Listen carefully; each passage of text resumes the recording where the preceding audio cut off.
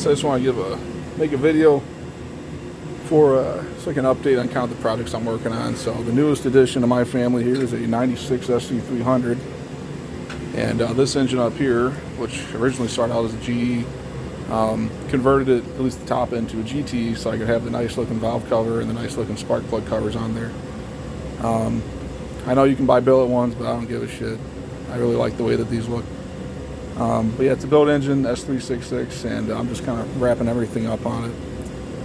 And it'll be going into the SC300 here. So this is a 96 SC300. I picked this up, I believe in Minnesota, from a fella.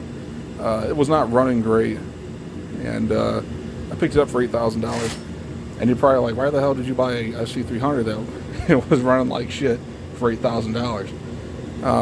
Well, it's not because it's a rust-free body or that the paint's still good. It's because, one, the car was NAT, so I already had a turbo kit with a standalone on it. And then two, or point number two, why I paid $8,000, is this over here. It's the V160. And up in the corner way over there with that blue towel covering it is a Super 6-speed diff. I think it's a 3.13.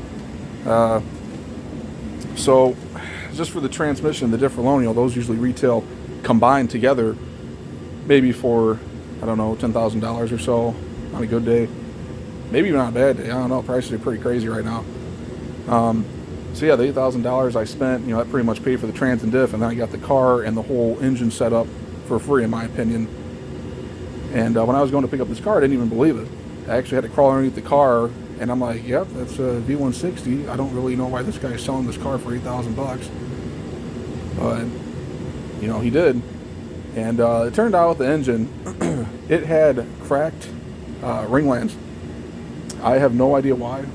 I've never really seen that with a 2JZ engine before. I just assume either he put bad fuel in it, or the tune was bad, or I don't know what was going on.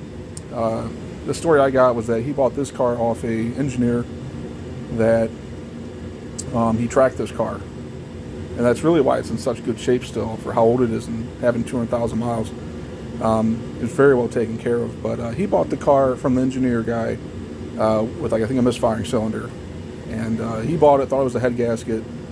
Eventually didn't want to fix it, so he sold it to me for the $8,000. I tore it apart.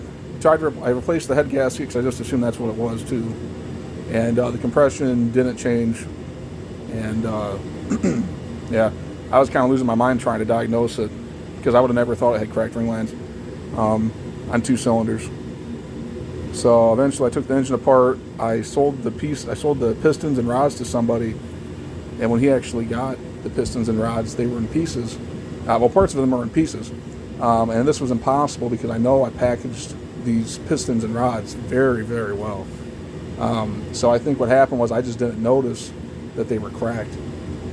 It's really common with the EJ25 or something, but not with the 2J. Their pistons are usually pretty strong. But, shit happens. And, this car was ran hard. But anyways, back to the car. Yeah, so I had the NAT. It's got, the super turbo rims on it. Doesn't have the chrome ones, though. I don't know what you call those, but the body's great. There's really no damage to it. I mean, there is some scratches and stuff, and it is extremely dirty because this was on a tarp. That's all, dust and dirt and shit. The interior is ripped apart because of me, because I pulled everything out of the car. This originally had racing seats in it. Some very nice racing seats. One of them was the racing seat was in the driver's side. The passenger side was a super suit, which I sold to a buddy for a couple $100.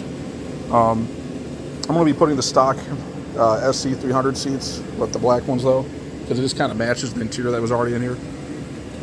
He had a lot of gauges. Come in here a little bit. Yeah, he had a lot of old school gauges. He had some shit in the glove box, which I thought was kind of neat. So that was kind of cool. There's some other stuff in here that I took out. But honestly, I really like how, the car was kind of together. How he had the gauge set up. Most people put them on the pillar up here. But yeah, this guy had this shit right here in the middle. I don't know. I'm probably not going to reuse these, but it just had an old school feel to it. It was pretty neat. I kind of hate that I'm going to be making this a highway racer you know, but it is what it is. But yeah, the car's in great shape, and there is zero rust on it. It is a rust-free chassis. That's probably one of the things I'm the most happy about. The body's pretty good, the paint's pretty good. There's some scratches over here, I think, if I can find it. Oh, I'm not seeing. Oh, here we go. Yeah, right there. I don't know what the hell that is. I don't know if that's like clear coat coming off, but right here, see all that? I don't care. So yeah, I'll be having fun with this. This is actually going to Sound Performance in March, so I'll give another update with that. I'm really hoping that this motor. I had some problems actually putting this together. There's some directions for installing the cams, and don't follow the directions. I know that sounds extremely stupid, but at least for the cams, when you're installing it, don't go by the directions, because I was trying to follow them for installing the cam caps in a specific order.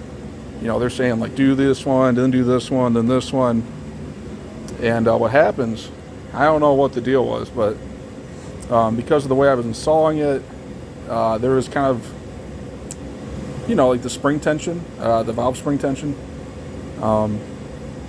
it was kind of pushing up on the cam. So when I was trying to tighten down, what the hell are they called?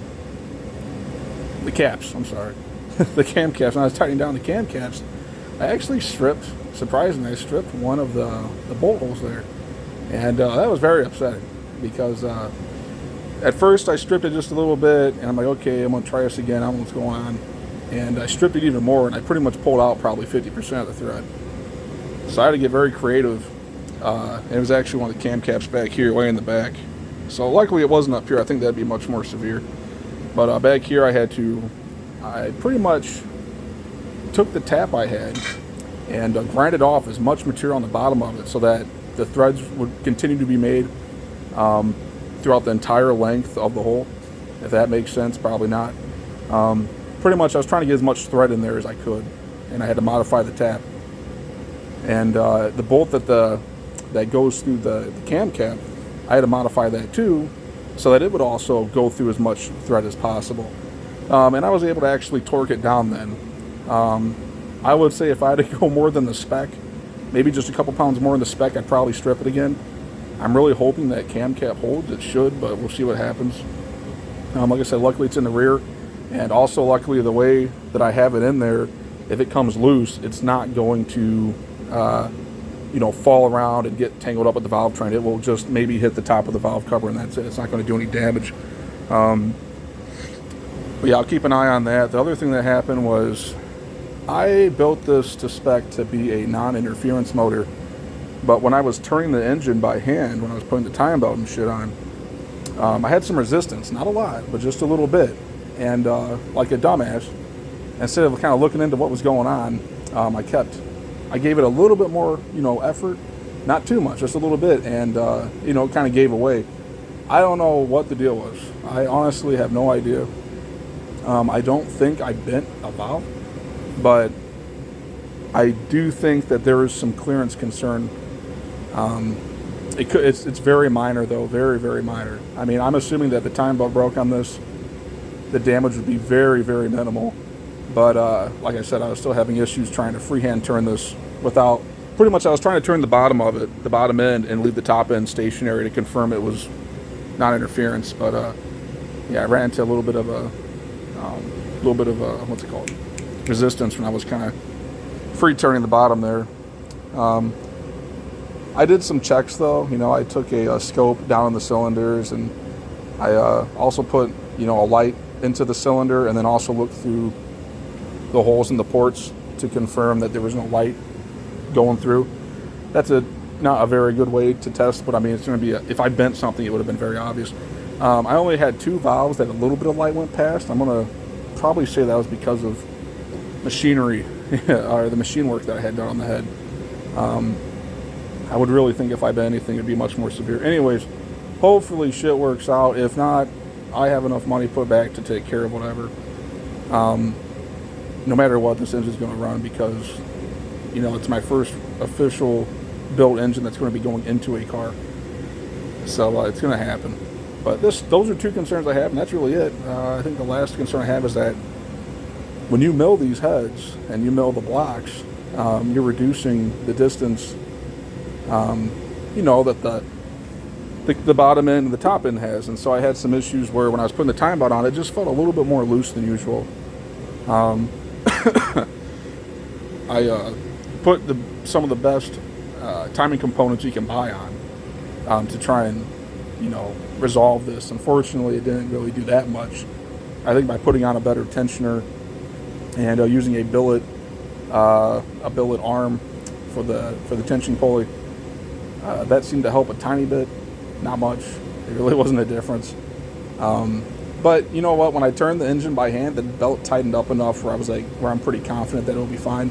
It's just when you're not turning it, it's just a little bit loose. I wouldn't be that concerned about it, but it is slightly ever so loose. But yeah, when the engine's running, I'm assuming it'll be fine. So that's just another concern I have. That might be something to deal with. So I'll keep you guys updated on all this shit, because if you're building one of these, these are not cheap to build anymore. And I think any information that you can get from real experience, from people like me these days, not 20 years ago, back when shit was cheap as fuck for these, but current days and all the bullshit, I want to save people time and money and effort. Anyways, now that I talked about that for like 5 minutes, I've been waiting for the garage to warm up. That's the only reason I did this, because it was freezing out, so I touched all this cold metal. But it's pretty warm in here now, so I'm going to go ahead and cut the video off. But yeah, I got a eBay turbo manifold. I don't care what anyone says, they're fine. I have an eBay intake manifold. Now this I'm a little concerned about.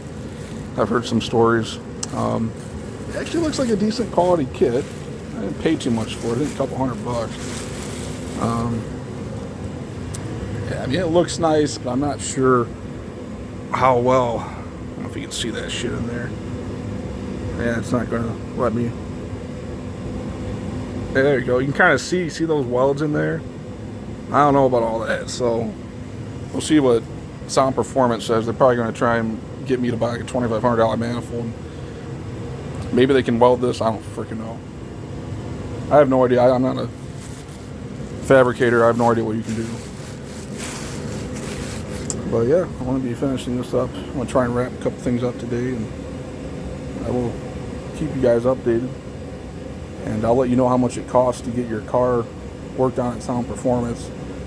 I already know it's going to be an arm and a leg, but I don't really trust to take this thing anywhere. And I just got a new job, so I'm very busy with things, and I just don't.